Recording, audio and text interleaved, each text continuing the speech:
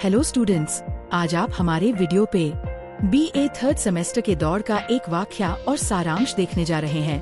ममता कालिया के उपन्यास दौड़ में आधुनिक भारतीय समाज तथा भारतीय समाज एवं जीवन में व्यवसाय जगत के प्रभाव तथा बढ़ते दबाव को दर्शाती कथा है कि किस तरह बाजार का आकर्षण व्यक्तिगत जीवन में, पारिवारिक संबंधों में, सामाजिक व्यवस्था में घुसपैठ कर रहा है। संबंधों में भावनाओं का स्थान धीरे धीरे काम होता जा रहा है और धन महत्व बढ़ता जा रहा है। माता पिता ने अपने जीवन में काट कसर करके अपनी आवश्यकताओं को प्राथमिकता न देकर पूरी ताकत बच्चों को अच्छा जीवन देने वाले माता पिता अंत में अकेले हो जाते हैं। साथ ही बच्चों की कर्तव्य विमूढ़ता का दुख झेलना पड़ता है। पवन पांडे, सघन, राकेश, रेखा, स्टेला जैसे लोग आज व्यवसाय जगत की परिस्थितियों में घिरकर हालातों के आगे मजबूर लगते हैं। सभी ये जानते हैं कि इस तेज दौड़ती जिंदगी में किसी एक जगह बैठे रहकर अपना कैरियर और लाइफ सेटल करना संभव नहीं है। इसीलिए भी इन चीजों के लिए मानवीय संबंधों में जिस तेजी से बदलाव आया है, रिश्तों से अधिक महत्व कैरियर हो गया है। इससे यही साबित होता है कि आज के आधुनिक जीवन में वास्तव में कैरियर और ऐशोआराम की जिंदगी ही सब कुछ है। नई पीढ़ी के लिए बाकी सब कुछ महत्वपूर्ण नहीं है। उपन्यास में पवन के सामंत शाही सोच और अपने माँ बाप के साथ किए गए महाजनी बर्ताव से उसकी माँ रेखा और पिता राकेश बहुत आहत होते हैं। इतना ही नहीं, ममता कालिया ने उपन्यास में कुछ गौण पात्रों के जरिए ऐसे प्रसंगों का वर्णन किया है जिसमें चोट खाए माताओं तथा पिताओं की विवशता स्पष्ट दिखती है। ममता कालिया कहती है कि भूमंडलीकरण और उत्तर औद्योगिक समाज ने 21वीं सदी में युवा वर्ग के सामने एकदम नए ढंग के रोजगार और नौकरी के रास्ते खोल दिए हैं। एक समय था जब हर विद्यार्थी का एक ही सपना था, पर लिखकर प्रशासनिक सेवा सिविल सर्विसेज में चुना जाना, जिसमें डॉक्टर की बेटी डॉक्टर और इंजीनियर का बेटा इंजीनियर बनना चाहता था। तब बाजार इतना आकर्षक, विशाल और व्यापक नहीं हुआ था कि युवा वर्ग इसे अपने सपनों में शामिल करे। तब बाजार का मतलब था एक ऐसी जगह जहां हम अपनी जरूरतें पूरी करते थे और थककर घर लौटे आते थे। वर्तमान सदी में समस्त अन्यवाद के साथ एक नया वाद आरंभ हो गया, बाजारवाद और उपभोक्तावाद। इसके कारण 20वीं सदी का सीधा साधा खरीदार एक चतुर उपभोक्ता बन गया। जिन युवा प्रतिभाओं ने यह कमान संभाली, उन्होंने कार्यक्षेत्र में तो खूब कामयाबी पाई, पर मानवीय संबंधों के समीकरण उनसे कहीं ज्यादा खिंच गए तो कहीं ढीले पड़ गए। दौड़ इन प्रभावों और तनावों की पहचान कराता है कि हर कोई दौड़े में शामिल होना चाहता है और दौड़े ही जा रहा है। इसका विचार ही नहीं रहा कि संबंध पीछे छूटते जा रहे हैं, मानवता का गुण खोते जा रहे हैं। व्यावसायिकता से रोजगारवाद, कैरियरिज्म पैदा होता है और यह आजीविकावाद पारिवारिक संबंधों को और संबंधों की पकड़ आदि को नष्ट कर देता है। इस उपन्यास में ममता कालिया ने पवन, शरद, अभिषेक जैसे पात्रों के जरिए बाजार तथा मार्केटिंग की नीतियों का परिचय दिया है, जिसमें संबंध केवल व्यक्ति बनाते जा रहे हैं। उपन्यास के शुरू अध्यायों में सभी के कंपनियों के प्रोडक्ट्स तथा उन्हें बेचने की चुनौतियों तथा अन्य व्यवसाय जगत की समस्याओं का चित्रण किया है। मानवीय संबंधों के टूटने व खिंचाव को पवन, सघन तथा स्टेला के जरिए उन्होंने बखूबी चित्रित किया है। जब पवन इलाहाबाद अपने माँ बाप से मिलने जाता है तो वे लोग उसे इलाहाबाद के आसपास ही कहीं जॉब ढूंढने को कहते हैं। उन्हें आशा थी कि इस तरह वे अपने बेटे के कैरियर में रुकावट भी नहीं बनेंगे और पवन भी उनके पास रह सकेगा। लेकिन पवन की सोच और दृष्टिकोण कुछ अलग ही होते हैं। वह अपने पिता के कलकत्ते जाकर बसने के सलाह पर कहता है, पापा, मेरे लिए शहर महत्वपूर्ण नहीं, कैरियर है, अब कलकत्ते को ही लीजिए। कहने को महानगर है, पर मार्केटिंग की दृष्टि से एकदम लद्दड़। कलकत्ते में प्रोड्यूसर्स का मार्केट है, कंज्यूमर्स का नहीं। मैं ऐसे शहर में रहना चाहता हूँ जहाँ कल्चर हो न हो, कंज्यूमर कल्चर जरूर हो। मुझे संस्कृति नहीं, उपभोक्ता संस्कृति चाहिए, तभी मैं कामयाब रहूंगा। उसके इस एक जवाब ने माता पिता चौंक गए। वह आइडियलिस्टिक की जगह प्रैक्टिकल था। इतना ही नहीं, जितने दिन वह घर पर रहता है उतने दिन उसका व्यवहार अपने माता पिता से, विशेषकर माँ से, एक पराये व्यक्ति जैसा रहता है। यहाँ तक कि धोबी से इस्त्री होकर आए कपड़ों के लिए पवन ज्यादा पैसे दे देता है तो उसकी माँ उसे समझाती है कि यदि वह टूरिस्ट की तरह पैसे देता रहेगा तो ये लोग सिर चढ़ जाएंगे। लेकिन पवन अपनी माँ की इस बात पर हंगामा खड़ा कर देता है। अपने दफ्तर में मिल रही इज्जत का हवाला देकर माँ को ताने दे बैठता है। साथ ही वह यह भी कहता है कि उसके जन्मदिन पर उसे ग्रीटिंग कार्ड नहीं भेजा गया, जिससे उसके ऑफिस के लोग उसकी हंसी उड़ाते हैं। पवन जानता था कि उसकी माँ किस प्रकार उसका जन्मदिन मनाती है, लेकिन उसके ताने से माँ को लगा उन्हें अपने बेटे को प्यार करने का नया तरीका सीखना पड़ेगा। पवन इस बात से भी उखरा हुआ था कि अब उसके कोई भी दोस्त शहर में नहीं रहे, सब के सब कैरियर के लिए बाहर जा चुके हैं। वह स्वयं यथार्थवादी है, परंतु उसी के जैसा व्यवहार दूसरों से मिले ये उसे मंजूर नहीं।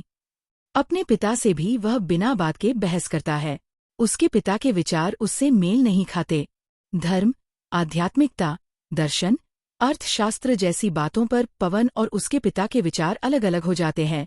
उसके पिता जहां नई और पुरानी चीजों और व्यवस्थाओं की तुलना करते हुए पुराने के समर्थन में बोलने लगते हैं, तो पवन उन्हें ये कहकर आलोचना कर देता है कि उसके पिता नई चीजों का फायदा भी उठाते हैं और उसकी आलोचना भी करते हैं।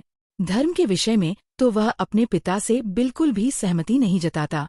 उसके पिता बचपन से शंकर के अद्वैतवाद के बारे में उसे बताते आ रहे थे, लेकिन पवन अपने नए आधुनिक आध्यात्मिक गुरु को ही अधिक मान्यता देता है, तो उसके पिता आहत हो देखते रह गए। उनके बेटे के व्यक्तित्व में भौतिकतावाद, अध्यात्म और यथार्थवाद की कैसी त्रिपथगा बह रही थी। पवन अपने विचारों से न केवल माता पिता को दुखी करता है, बल्कि उसके जीवन साथी के चयन तथा उसके साथ वैवाहिक जीवन के एक अजीब तरीके से भी वह उन्हें दुख पहुंचाता है। पवन स्टेला से अहमदाबाद में मिला था, तब से दोनों के संबंध घने होने लगते हैं। जब रेखा और राकेश को इसका पता चलता है तो राकेश रेखा को अहमदाबाद में ही देख आने को कहता है। रेखा को स्टेला बिल्कुल पसंद नहीं आती। इतना ही नहीं, जब स्टेला के दिए गए उपहार को भी रेखा अस्वीकार कर देती है तो पवन कहने लगता है कि वह बहुत महंगा उपहार था जो अब व्यर्थ जा रहा है। पवन स्टेला के मामले में अपनी माँ से यहाँ तक कह देता है कि जब उसके पिता ने उनसे विवाह करने की ठानी थी तब उसकी दादी ने भी रेखा को पसंद नहीं किया था, तब क्या उसके पिताजी रुके थे। रेखा को अपने ही बेटे से यह बात सुनकर धक्का लगता है। किसी प्रकार पवन स्टेला के मामले में अपने अभिभावकों को मना लेता है, फिर अपने स्वामी जी द्वारा लगाए गए रामकृष्णपुरम में सामूहिक विवाह आयोजन में विवाह कर लेता है। रेखा और राकेश को इससे थोड़ा दुख भी पहुंचता है। पवन और स्टेला मुश्किल से कुछ दिन घर पर रहते हैं कि तभी पवन के चेन्नई जाने और स्टेला के राजकोट और अहमदाबाद में बिजनेस की बागडोर संभालने की बात सामने आती है। रेखा और राकेश दोनों पवन को समझाते लगते हैं कि शादी के बाद साथ रहना जरूरी होता है। उसे विवाह के वचनों का भी वास्ता देते हैं, पर पवन फिर से अपने आधुनिक यथार्थवादी विचार उनके सामने ये कहकर रखता है कि पापा, आप भारी भरकम शब्दों से हमारा रिश्ता बोझिल बना रहे हैं। मैं अपना कैरियर, अपनी आज़ादी कभी नहीं छोड़ूंगा। स्टेला चाहे तो अपना बिजनेस चेन्नई ले चले। पवन के लिए कैरियर इतना ज्यादा महत्वपूर्ण है कि वह शादी की जिम्मेदारियों को भी परे हटा देना चाहता है। वह स्टेला के बिजी रहने की बात करता है। रेखा और राकेश को ये अजीब सा लगता है कि उनका दाम्पत्य जीवन सैटेलाइट और इंटरनेट के जरिए चलेगा। पवन और स्टेला के चले जाने के बाद सघन, पवन का छोटा भाई, भी अचानक उन्हें ये सूचना देता है कि उसे ताइवान में नौकरी लग गई है और वह भी चला जाता है। रेखा और राकेश अब अकेले हो जाते हैं। रेखा और राकेश जिस बात से घबरा रहे थे, आखिर वही बात होती है। वे जिस गली में रहते थे उसे बूढ़ा बुढ़ी गली कहा जाता है, क्योंकि सभी के घरों के चिराग अपने माँ बाप को छोड़कर कैरियर बनाने के लिए दूसरे शहरों तथा विदेश चले जाते हैं। रह जाते हैं तो सिर्फ बूढ़े माँ बाप, एक कार, एक कुत्ता और उनके घरों में उनके बच्चों द्वारा भेजी गए महंगी चीजें। रेखा को भी पवन माइक्रोवेव और वीसीडी दे जाता है, लेकिन रेखा को इन चीजों की कोई जरूरत नहीं थी। जरूरत थी तो बस इस बात की कि उसके घर में बसे सन्नाटे को तोड़ने की, खालीपन और अकेलेपन के ऊब से वह बाहर आना चाहती थी। फिर दोनों बच्चों के चले जाने पर इतना काम नहीं रह गया था कि वह किसी में व्यस्त रहकर अपना समय काट लेती। उसे इस बात के लिए अब खुद पर ही जैसे एक क्षोभ सा होने लगा था कि बचपन में उसी ने बच्चों को आगे बढ़ने की शिक्षा दी थी, और आज जब वे आगे निकल गए हैं तो उसे उनसे दूर होने का गम सता रहा है। वह अजीबोगरीब उलझनों में फंसी हुई थी। उसे अब रह रहकर अपने बच्चों के बचपन और उनके किस्से याद आ रहे थे। उसका मन बार बार बच्चों के बचपन और लड़कपन की यादों में उलझ जाता। घूम फिरकर वही दिन याद आते जब पुन्नू छोटू धोती से लिपट लिपट जाते थे। क्या दिन थे वे! तब इनकी दुनिया की धूरी माँ थी। माँ जो कह दे ब्रह्मा वाक्य था। रेखा के कलेजे में हुक्सी उठती। कितनी जल्दी गुजर गए वे दिन, अब तो दिन महीने में बदल जाते हैं और महीने साल में। वह अपने बच्चों को भर नजर देख भी नहीं पाती। वैसे उसी ने तो उन्हें सारे सबक याद कराए थे।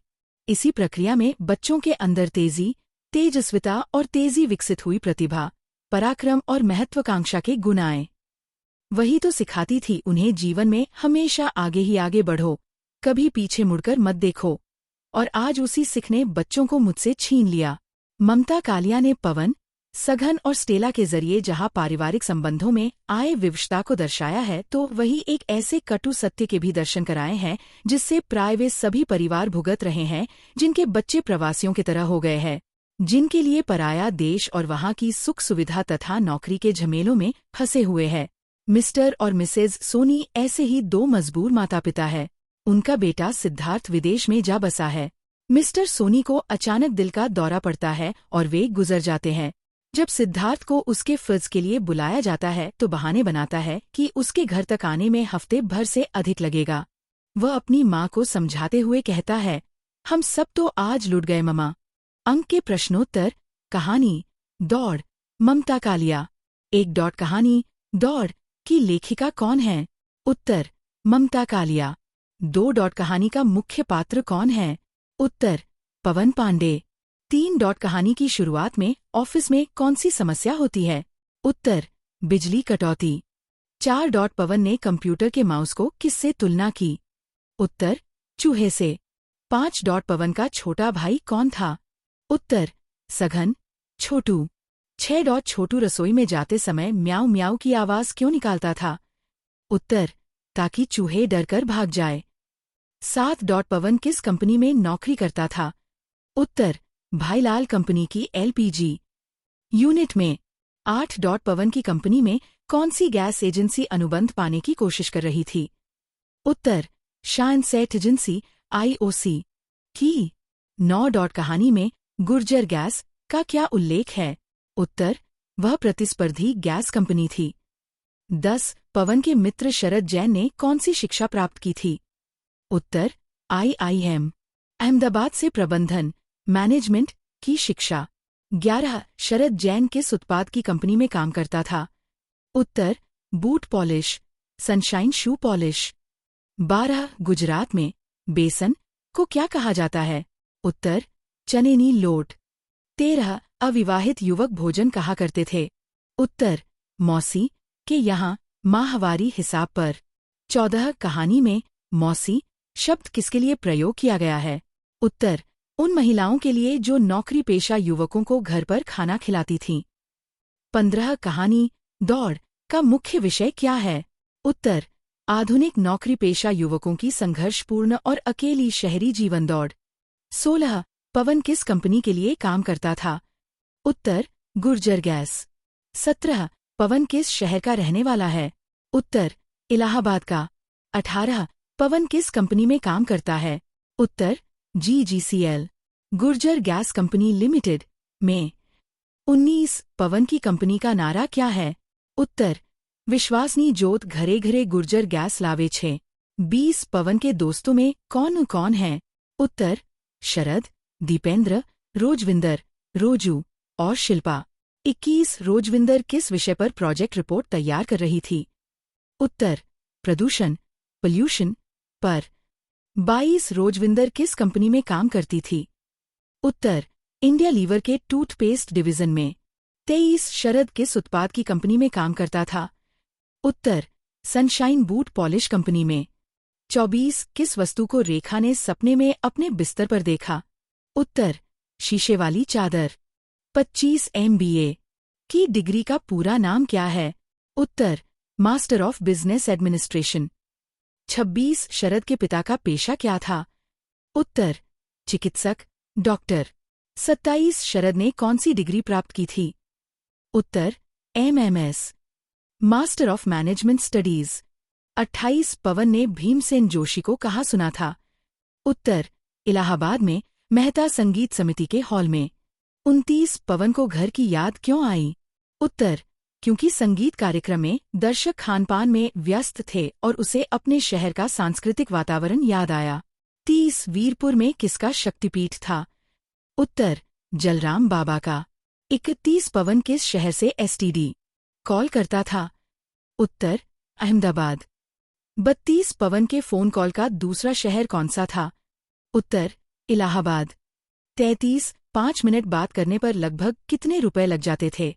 उत्तर लगभग 100 रुपए। 34 भरत ने रेखा से क्या पूछा? उत्तर बात अमे केटला रोटली खातो, आप कितनी रोटी खाती हैं? 35 भरत के प्रश्न पर रेखा ने कितनी रोटी खाने की बात कही? उत्तर 1.5 रोटी। 36 पवन ने जलराम बाबा के पुजारी को कितने गैस कनेक्शन का ऑर्डर दिलवाया? उत्तर 6 कनेक्शन। 37 स्टेला रेखा के लिए सुबह कौन सी वस्तु लेकर आई? उत्तर फूलों का गुलदस्ता और एक छोटा सा गिफ्ट कार्ड। 38 रेखा पेशे से क्या थी? उत्तर एक अध्यापिका। 39 पवन को अपने शहर इलाहाबाद की कौन सी चीज याद आती है? उत्तर घूरे पर उगने वाले असली और खटमिठे टमाटर। 40 पवन ने चादर पर हुए खर्च की राशि कितनी बताई? उत्तर 3000 रुपए। 41 पवन और स्टेला की शादी करने का निर्णय किस महीने तय था? उत्तर अगले महीने जुलाई में, 24 जुलाई। 42 रेखा किस बात से आहत होकर लौटी? उत्तर बेटे के एकतरफा निर्णय और उसके बदले हुए व्यवहार से। 43 अंकुर किस चीज को बार बार बदल कर लेने की जिद कर रहा था? उत्तर खिलौने, एयरगन, ट्रेन, बंदर, साइकिल। 44 पवन को क्या कहा गया कि वह लकी है? उत्तर कि उसकी न बीवी है और न बच्चा। 45 पवन और अनुपम का तबादला किस शहर में हुआ? उत्तर राजकोट। 46 पवन और अनुपम को किस बाजार में काम संभालना था? उत्तर एलपीजी रिटेल मार्केट। 47 किरीट देसाई किस कारण 4 दिन की छुट्टी चाहता था? उत्तर सरल मार्ग के ध्यान शिविर में जाने के लिए। 48 स्वामी जी के ध्यान शिविर का नाम क्या था? उत्तर सरल मार्ग ध्यान शिविर। 49 स्वामी जी किस तरह का वस्त्र पहनते थे? उत्तर दक्षिण भारतीय तहमद और कुर्ता। 50 सरल मार्ग मिशन शुरू होने से पहले स्वामी जी किस पद पर कार्यरत थे? उत्तर पीपी के कंपनी में कार्मिक प्रबंधक। 51 अभिषेक किस कंपनी में काम करता था? उत्तर क्रिसेंट कॉर्पोरेशन। 52 क्रिसेंट कॉर्पोरेशन को कितने लाख का प्रचार अभियान मिला था? उत्तर 90 लाख का। 53 विज्ञापन के लिए किस प्रकार की मॉडल की तलाश थी? उत्तर ऐसी मॉडल जिसके दांत आकर्षक हों और जो सुंदर व संवाद बोलने में सक्षम हो। 54 निकिता कौन थी? उत्तर रोजेज ब्यूटी पार्लर की मालकिन। 55 निकिता की बेटी का नाम क्या था? उत्तर तान्या। 56 राजुल किस जगह को गलत मानती थी? उत्तर रोजेज ब्यूटी पार्लर। 57 राजुल के किस दांत में दोष था? उत्तर ऊपर और नीचे का एक एक दांत टेढ़ा था। 58 स्पार्कल विज्ञापन में हीरोइन की हंसी से क्या गिरता दिखाया गया था? उत्तर मोती। 59 विज्ञापन में मोती इकट्ठा होकर किस वस्तु में बदलते हैं? उत्तर स्पार्कल टूथपेस्ट की ट्यूब में। 7 अभिषेक को किस विज्ञापन के लिए पुरस्कार मिला? उत्तर स्पार्कल टूथपेस्ट के विज्ञापन के लिए। 61 पवन की प्रेमिका बटा साथी का नाम क्या था? उत्तर स्टेला। 62 स्टेला किस कंपनी की पार्टनर थी? उत्तर डिमैलो इंटरप्राइज कॉर्पोरेशन की। 63 पवन के पिता का नाम क्या था? उत्तर राकेश पांडे। 64 पवन के घर में खाना कौन बनाता था? उत्तर भरत कुक। 65 रेखा ने पवन को किस शब्द से संबोधित किया जिससे वह आहत हुआ? उत्तर टूरिस्ट। 66 पवन के सहकर्मी किस बात पर उसकी हंसी उड़ा रहे थे? उत्तर उसके घर से ग्रीटिंग कार्ड न आने पर। 67 पवन के जन्मदिन पर रेखा माँ क्या क्या करती थी? उत्तर मंदिर जाती, स्कूल में मिठाई खिलाती और रात को पवन को फोन करती। 68 पवन घर का कौन सा पानी पीने से मना करता है?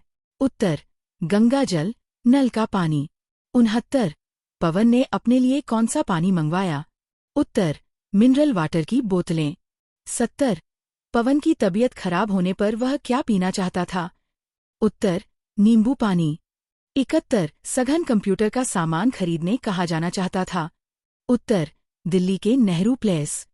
72 पवन कहाँ नौकरी करता था? उत्तर GGGL एलपीजी कंपनी में मार्केटिंग विभाग में। 73 पवन किस बैठक में शामिल होने के लिए बुलाया गया था? उत्तर अहमदाबाद ऑफिस की उच्च स्तरीय मार्केटिंग मैनेजरों की बैठक में। 74 पवन का घनिष्ठ मित्र कौन था जो अक्सर उसके साथ रहता था? उत्तर अनुपम। 75 स्टेला अस्थायी रूप से किसके घर रहने चली गई थी? उत्तर मिसेस छजनानी के घर। 76 रेखा पवन से मिलने किस शहर पहुंची थी? उत्तर राजकोट। 77 पवन किस बहुराष्ट्रीय कंपनी में चयनित हुआ? उत्तर मेल नामक बहुराष्ट्रीय कंपनी में। 78 भरत ने रेखा को नमस्ते करते हुए पवन को क्या कहा? उत्तर पौन भाई नीबा आवी छे, पवन भाई की माँ आई हैं। 79 स्टेला शादी के बाद किस शहर में रहने वाली थी? उत्तर राजकोट। 80 पवन को किस शहर में नई नौकरी ज्वाइन करनी थी? उत्तर चेन्नई। 81 सामूहिक विवाह किसके आश्रम में हुआ? उत्तर स्वामी जी के आश्रम में। 82 सामूहिक विवाह में वधू को कौन सी चीज पहनाई गई? उत्तर साधारण मंगलसूत्र। 83 स्टेला किस क्षेत्र में पारंगत थी? उत्तर कंप्यूटर और सूचना प्रौद्योगिकी में। 84 स्टेला कौन सा सामान्य खाना बनाना जानती थी?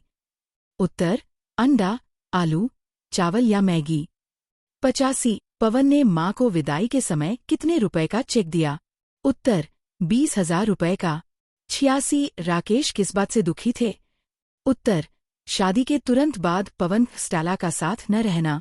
87 सघन किस प्रकार के चिप की बात कर रहा था? उत्तर वह पढ़ाई के कंप्यूटर चिप सीडी की बात कर रहा था। 88 सघन की एक सीडी की कीमत कितनी थी? उत्तर 250 रुपए।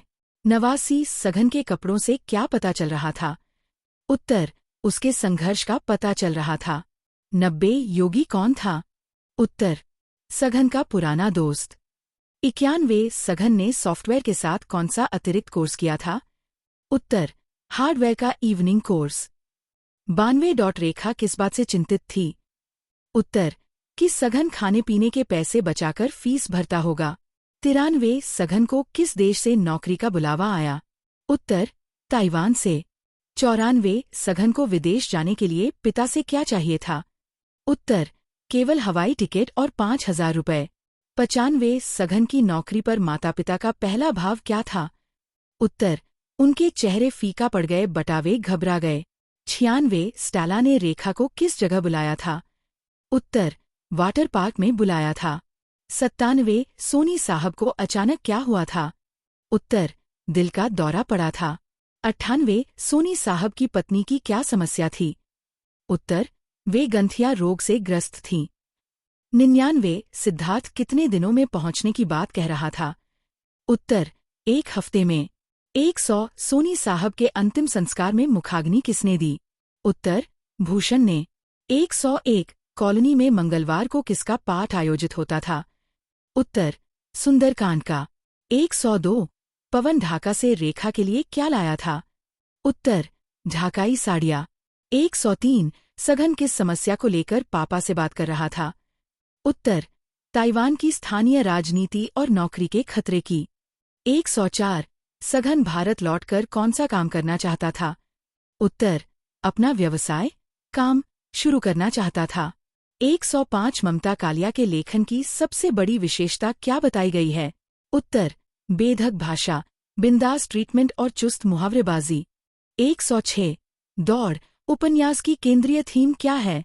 उत्तर आर्थिक उदारीकरण और बाजारवाद का मानवीय संबंधों पर प्रभाव। 107 उपन्यास दौड़ के प्रमुख युवा पात्र कौन हैं? उत्तर पवन और सघन। 108 लेखक के अनुसार आधुनिक युवा किस वाक्य को मंत्र की तरह जीते हैं? उत्तर जहां हर महीने वेतन मिले वही जगह अपनी होती है। 109 दौड़ किस समय की पीढ़ी का प्रतिनिधित्व करता है? उत्तर इंटरनेट, ईमेल और सर्किंग के समय की आधुनिक पीढ़ी का। 111 दौड़ किस प्रकार की रचना के रूप में प्रकाशित हुआ है? उत्तर लघु उपन्यास। 112 पवन किस क्षेत्र में नौकरी करता है? उत्तर मल्टीनेशनल कंपनी में।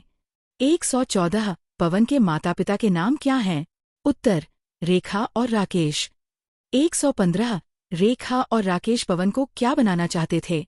उत्तर, सफल और उज्ज्वल भविष्य वाला युवा, MBA कराना। 116 पवन छुट्टी में घर आकर गंगा के बारे में क्या टिप्पणी करता है? उत्तर, गंगा में मलमूत्र विसर्जन से पानी घातक हो गया है। 117 स्टेला शादी से पहले कहाँ रहती थी? उत्तर, पवन के फ्लैट में। ममता कालिया को बचपन में किस नाम से पुकारा जाता था? उत्तर, मुन्नी। 118 रेखा को पवन का कौन सा व्यवहार कचोटता है? उत्तर, माता पिता को महत्व न देना और परंपराओं को हल्का समझना। 119 लेखिका के पिता किस कॉलेज में प्रिंसिपल बने थे? उत्तर, शंभू दयाल इंटर कॉलेज, गाजियाबाद। 120 लेखिका के घर में किस साहित्यकार की कहानी पाठ के लिए आए थे? उत्तर, जैनेन्द्र कुमार। 121 लेखिका के पिता किसे सर्वोच्च आदर का पात्र मानते थे? उत्तर, कलाकार बटा साहित्यकार। 122 मछली टूटने पर पापा ने लेखिका से क्या लिखने को कहा? उत्तर, मछली शब्द 20 बार। 123 लेखिका के पिता नौकरी में कितने रुपए पर लेक्चरर बने थे? उत्तर, 120 रुपए। 124 लेखिका के बचपन में दादी का स्वभाव कैसा बताया गया है? उत्तर, बहनों के प्रति वत्सल, माँ के प्रति डिक्टेटर। 125 लेखिका ने अपनी पहली कविताएं किस संकलन में दी थीं? उत्तर, प्रारंभ अकविता संकलन। 126 लेखिका के लिए डर का प्रतीक कौन था? उत्तर, पापा का क्रोध। 127 1948 में किसकी हत्या की खबर सुनकर उनका सेवक रो पड़ा था? उत्तर, महात्मा गांधी। 128 लेखिका के पिता उनकी किस आदत की वजह से खुश रहते थे? उत्तर, पढ़ने लिखने की आदत। 129 लेखिका को स्कूल से निकाले जाने की घटना किस वजह से हुई? उत्तर, हिंदी टीचर की आलोचना करने से। 130 लेखिका का कॉलेज में नाम किसने रखा था? मिस एटम्बम। उत्तर, प्रतिद्वंद्वी लड़कों ने। 131 किस शहर को लेखिका ने शहर नहीं, एक शऊर कहा है? उत्तर, इलाहाबाद। 132 लेखिका के पिता ने उन्हें क्या नकारात्मक सलाह दी थी?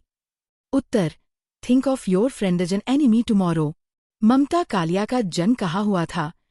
उत्तर, मथुरा, उत्तर प्रदेश में। 133 ममता कालिया ने किस विषय से MA किया? उत्तर, अंग्रेजी विषय से। 134 ममता कालिया किस कॉलेज में 1973 से 2001 तक प्रधानाचार्य रहीं?